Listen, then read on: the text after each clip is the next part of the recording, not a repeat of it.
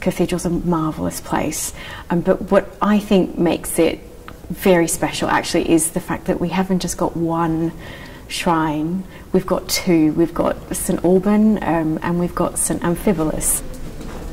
Well, Alban lived at a time of great persecution of the Christian faith. Alban himself wasn't a Christian, but he encountered a priest, the man we know as Amphibalus. Alban took him into his own home and hid him from the authorities.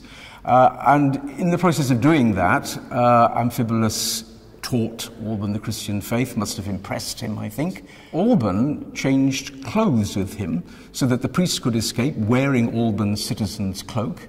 And Alban, dressed in the priest's garb, was then arrested and executed instead of him. Later, the priest was also captured and brought back near here to be martyred at Redbourne, which is a few miles just north of here. St Amphibalus has been languishing as a kind of cobbled together Victorian reconstruction, and we've had the opportunity to represent that.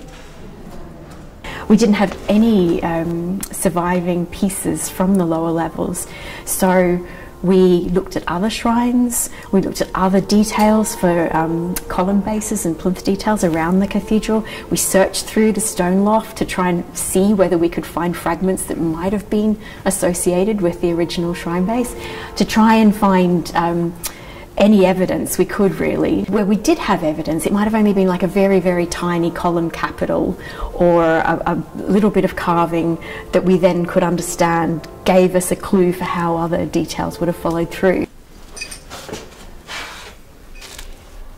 What we are trying to do is find the best way of incorporating the original material that we still have from the tomb, which I think is about 50% of it, and rebuilding the rest as near as possible to what we understand would have been there. We've got an existing capital from the cornice and parapet on this end, which I am copying. On the west end we've got this one, and on the east end we're replacing this one with a more or less identical copy. I'd probably begin by just cutting around these lines to keep the areas safe. It's quite a lengthy process really, but very methodical at the same time. The whole process is a little bit like reverse engineering really. We've got to work backwards from what is here and copy it rather than working from ground up, where we're filling in the gaps really and kind of trying to recreate not just the form but also the textures on the surface as far as we can. We're trying to reconstruct something in sympathy with the original. Where we've got mortar repairs filling in the lost detail, it's very clear that it's a kind of a mortar rather than a stone surface texture.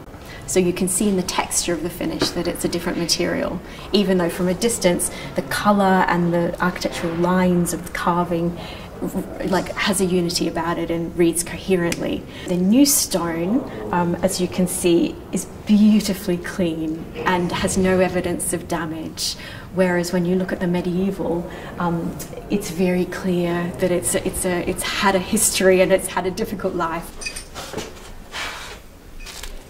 The greatest fun has been the detail, and particularly the little creatures that sit on the capitals, the faces, the little carvings that adorn the cornice. The creatures where we had evidence for them surviving, they're not directly any particular animal. You know, they've got like frog-like hands, but they might have a monkey-like back or a lion-like tail.